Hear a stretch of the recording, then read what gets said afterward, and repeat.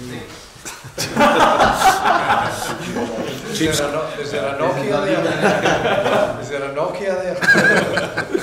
Cheapskates. They're working, so that's the most important. Right, Nick? Yeah, the guys that were in Zoom stopped working, so He's gone. Start. Okay. Yeah, go on. Gio, it's a new era for Scottish football with VAR this weekend. Finally. I was going to ask how you feel about it, maybe. Well, good, because I'm used so far VAR already. We had it in Holland quite early. I think we were one of the first countries who had VAR. I had it in China, of course. In Europe we have it, so it's. I think it's good for the game that we finally have VAR in the country. Of course, it was meant to be after the World Cup, but I'm glad they pushed it forward, and I think it will help all of us. You know, discussion points after the game, big decisions in games where the referee can have help. So I think everyone will benefit from it. What were the early teething problems in the Netherlands, and do you expect similar problems early on as we get used to it? Well, I mean, in the end, it's still the VR who decides. You know, if you have like decisions, offside or not offside, you cannot. It's offside or not offside, and especially with penalties or red cards, it's always the interpretation of the VAR as well, because that's also a referee. So those moments, I think, will still be there. In the beginning in Holland, it took a while. Took a long time before decisions were finally made. So you had to wait a long time on the pitch. So maybe that's something that won't happen here. Of course, we need the right decision, but you don't want to stay for minutes in the game and have 9-10 minutes of extra time in the end. So, but overall, I think the most important thing is that the decision will penalty or not, offside or not. That will help a lot. Do you think it will benefit your players having had experience of it in European competition? Yeah. Maybe it won't be such a shock as it will be to some other clubs. Well, I told the players as well. It's both. It goes both ways. Yeah? It's positive for you. I remember, the game we had in Europe, of course, with the penalty or Dortmund away, the handball. But it will also be against you if you have handballs in your area. So, but my players are used to in Europe, and now we have it every game. Just one final question from me, if you don't mind. Your predecessor here, Steven Gerrard, lost his job last night. I wonder if you had any thoughts on that, or even more generally about the shelf life of football managers at the moment. I mean, it's, first of all, for Steven, of course, it's to get sacked yesterday. For him personally, since I joined here, I have regularly contact with Steven about his time at Aston Villa and of course the games we play at Rangers. So it's something. It's part of your job. I sent him a message as well this morning. So eventually I think all managers will face it at one time, and it's not what you want, because we all dedicated to our jobs. We give everything to get success to the club, but if that's not going well, the pressure is on you, and as an old player with playing in these circumstances with high pressure, I think he's familiar with that, and for sure he will learn from his time at Aston Villa again, also with his time at Rangers, to become a better manager for his next job. Gio, just going back to VAR quickly, you said that in Europe it goes both ways, that Dortmund game for and against you. I've been speaking to lots of different fans and managers before the introduction this evening, and some people feel that it may benefit bigger clubs because they're attacking more. Some feel it may benefit smaller clubs when they come to the bigger stadiums because perhaps they don't get decisions, just naturally they wouldn't get decisions as much because of the crowd against them. Do you feel they will benefit bigger clubs, smaller clubs, or do you feel that over the season it will just equal out? Well, I don't think it's about benefits to bigger or smaller clubs. I think in the end it's all about how many times you come in situations. If you're playing against a really defending team, deep block, only defending in their own box, of course there will be many situations where it might be a penalty, offside or not. I don't think it's the bigger club or the smaller club. It's just, you know, where does the game happen? Does it happen in your own box or you know, in the box where you're attacking? And of course, with set pieces, you know, those are moments. But in the end, if you are a dominant team, you will always have more moments and situations happening close to the goal.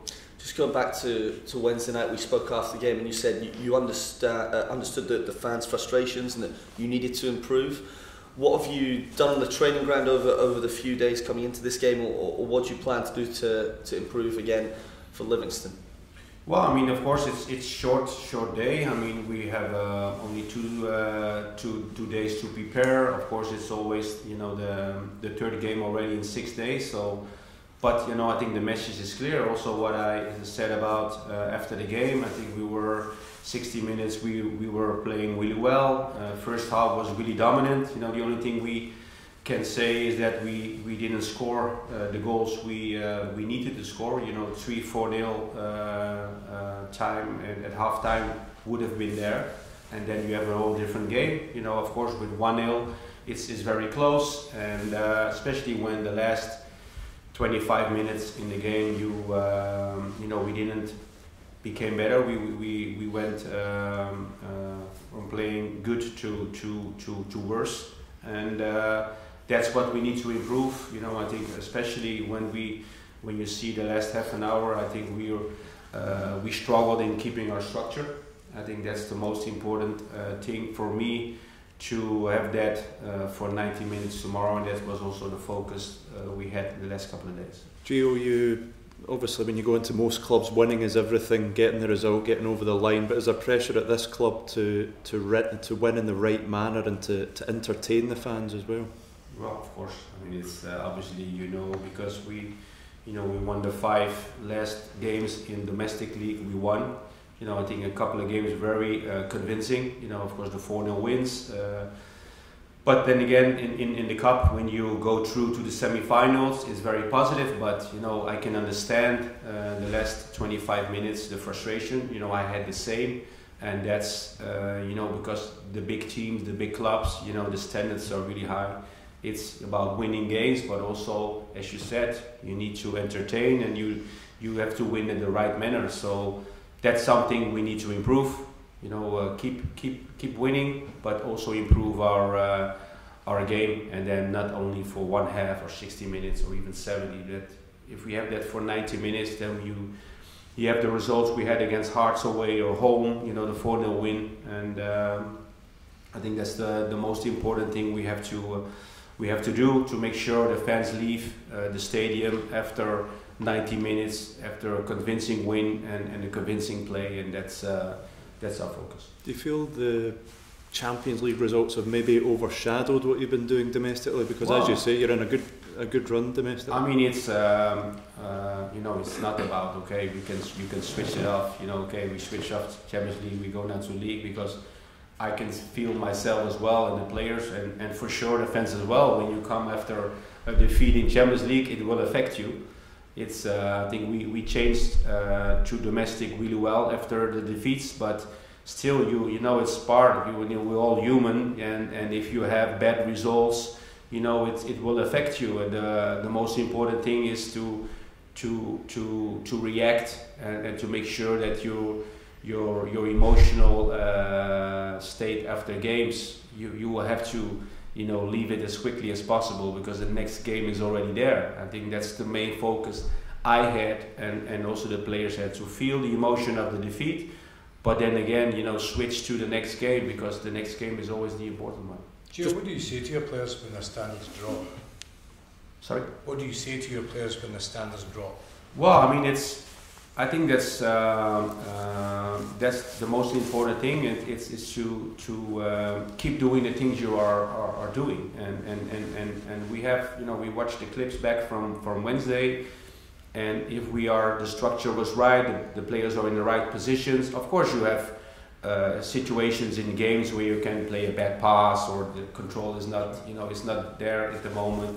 You know, that's part of football, but you can have your structure, because the structure gives you the best possible solution when you have the ball, but also when you don't have the ball, and that makes it so much easier. And if you look back all the games we play well last season, this season, spells in games we played really well in Champions League as well. You know, we always had the right structure. Once your one or two players are out of position or not, you know, doing his task, then you know your whole play will be affected, and that's what we've shown them. Do you think the team's become a bit too passive? Like the intensity levels have dropped to a level that you'd like to see improved? No, I think the intensity is there. I mean, the first 60 minutes it was there, the intensity, you know, because we didn't give anything away. The intensity we had against Liverpool or the games we won. I mean, it's just, again, intensity needs to be there, but not only for a part of the game. And of course, when you are 3-4-0 up, you know, you will demotivate your opponent, and then, you know, the intensity, you know, gets dropped a little bit, but that's the nature of the score in games. But as I said before, 90 minutes you have to be there. When we are there for 90 minutes with our intensity, with our structure, you know, we will win a lot of games. You've obviously got a few players, long-term injuries, Tom, Connor, Phil, John. We can go on a little bit. Go on, yeah. But kind of key players for you. I mean, of course it will affect. You know, if you see and I go back, you know, really far with Yanis. You know, Yanis Hadji he's one of the most creative player we have. You know, he has a long-term injury. You know, he's in the final stretch, so I'm really happy for him. If you see Antonio, you know how he came in. You know, he's one of the players who performed really well, but he's still available. And you see Tom. You know, Tom had a fantastic start of the season. You know, and also his play will have benefited a lot in our structure. So that's something we miss. Of course, you know, with Goldson out now recently, and Sutar and Hellander, you know, we are really short in central defenders. Last season we were short in strikers. Yeah. But you know, Leon's coming, James Sands, we have Ben Davis, you know, of course in full strength. But you know, I think we are affected by players who are not available. So sometimes you need to adjust a little bit, but in the end, you know, you want to keep your structure. Given your short, Gio, would you expect to be doing a bit of business in January then, in terms of bringing players in? Well, at the moment, if it stays like this, of course we need to look to do something, as I said, but it's still only half October, so we have 2.5 months, you know, when the January window's open, and you know, I'm hopeful that we have players back at that time. When do you think Connor will be back? Well, I'm not sure yet, but hopefully by then we will have him back. By January? Hopefully, yeah. Okay, so is that a better prognosis you've had? Did you think it was going to be longer, or? Well, it was a little bit more positive than we thought, but you know, for him and of course for all the injuries, you know, the World Cup break, you know, it's like 5 weeks you don't have any games, so that you will benefit from that in their recoveries. So hopefully we will have Connor back at that time. Just one more from me, Nick, if that's okay, just in terms of teenagers in your squad. Yeah. John Lindstrom was in a podcast earlier this week, and he said he's been carrying some sort of ankle injury for a month. Is that something that needs to be treated, or is it okay? No, he's okay. I mean, we made a lot of scans, you know, and sometimes a scan is there for the physio to see if there's any more damage or things they don't see. And with John was a case that it was okay. So, you know, scan doesn't always mean that you have something. Just to make sure you have the right diagnose. So, you know, John is fit. You know, he's been playing all the games, so I'm happy. We don't have any issues from Wednesday apart from Ridvan. You know, he had a knock on his knee. We really happy with his performance.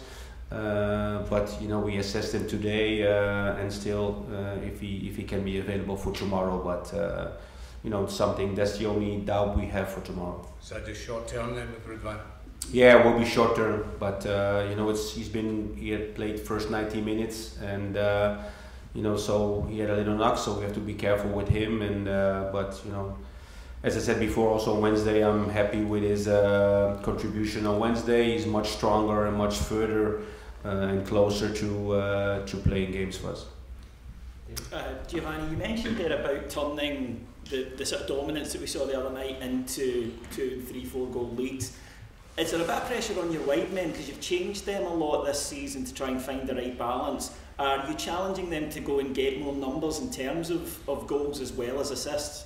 Yeah, well, of course, it is, that's your attackers are the ones, or your attacking players on the pitch are the ones who need to create chances, but also be in the end of crosses or through balls, to score goals, and that's what you always have to expect from your attacking players, to be involved in chances, be involved in assists and making goals. I mean, because in a lot of games where you make early goals, the games is most of the times is already done by the time you're in the last 20-25 minutes of games. And on Wednesday we didn't do that, and that's why we saw the game we did on Wednesday, because in the first half we could already decided the tie.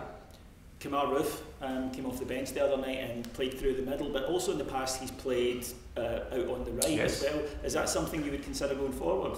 Yeah, well, he played before a slightly different system, but he played close to the striker on either wing. So for me, it's another option I have, to play. He's still his first minutes on Wednesday, but we are happy that he's back. We need to continue to make him stronger and stronger, but he's definitely a player who can contribute to our attacking play.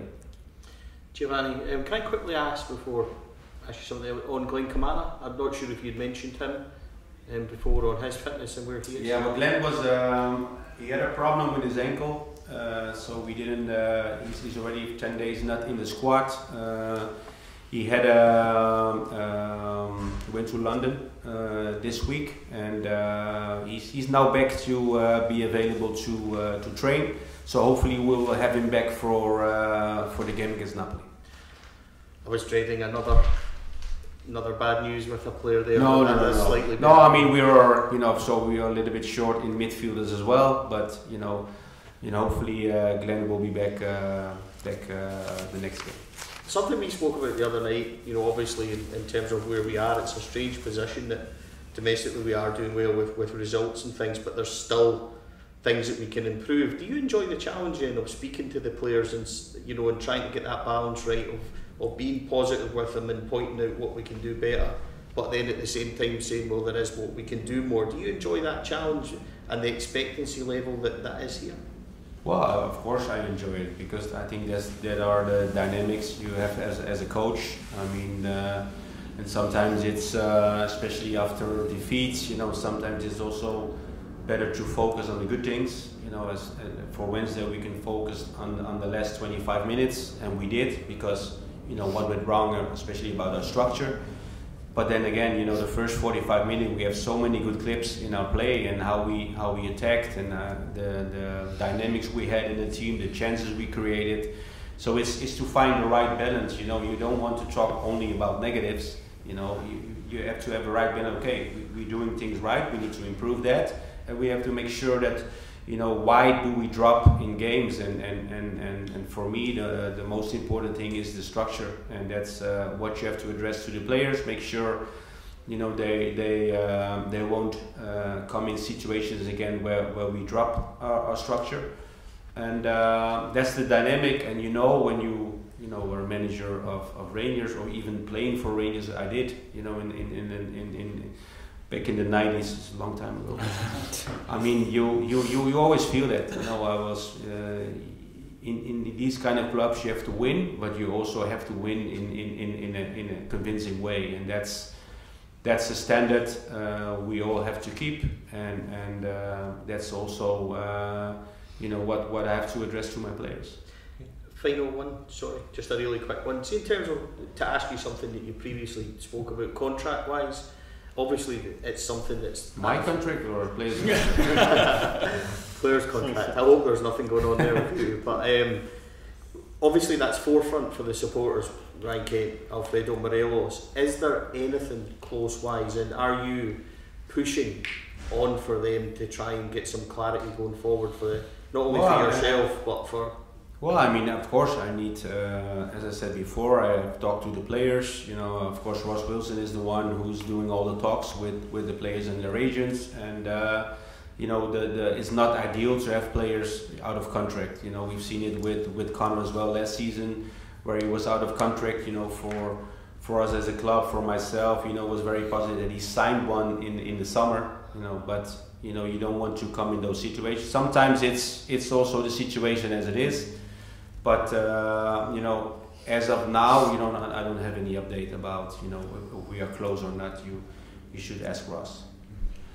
Last broadcast question. Last broadcast question for Derek. It's okay. My family was still there. Been asking me about No worries. So you're not going to ask me something? Giovanni, just a quick one. You mentioned there about winning with style, and I remember Dick Advocat coming out after Rangers had beaten Motherwell 4-0 at Ibrox and saying he was upset because you should have scored 8. What was it like playing under Dick back in that era and the demands that he put on you as a side? Did we lose 8? I think I scored one all the way one time. Yeah, he did, Yeah. But he was upset. Top corner, you remember the goal? Yeah, I was in the way end that outside day. the left foot. But his interview, he came on and the interviewer said, "You must be delighted." He said, "No, we should have scored 8." No, I mean, sometimes, you know, it's you know, because I think Advocat at the time was really demanding, and of course also with the games we all played and wins, and sometimes you know, it's more about, you know, you can win 4-0 and everyone's happy, but you can also win 4-0 but, you know, missing 6 open chances, and then, you know, the 6 open chances will stay in your head. Of course you will be happy with the win. It's but you know, I enjoyed working with under Dick Advocat when I was at Rangers, also national team, and finally we worked together, and you know, one thing you for sure when you had him as a coach, you know, he was demanding, and you know, that's what you need, and that's what you also need to address to your players. You know, as I said before, the standards at this club are really high, and we cannot drop any standards, and if that's, you know, if the standards are dropping, you need to address it and work hard to maintain that level. Couple of quick daily questions. You guys want to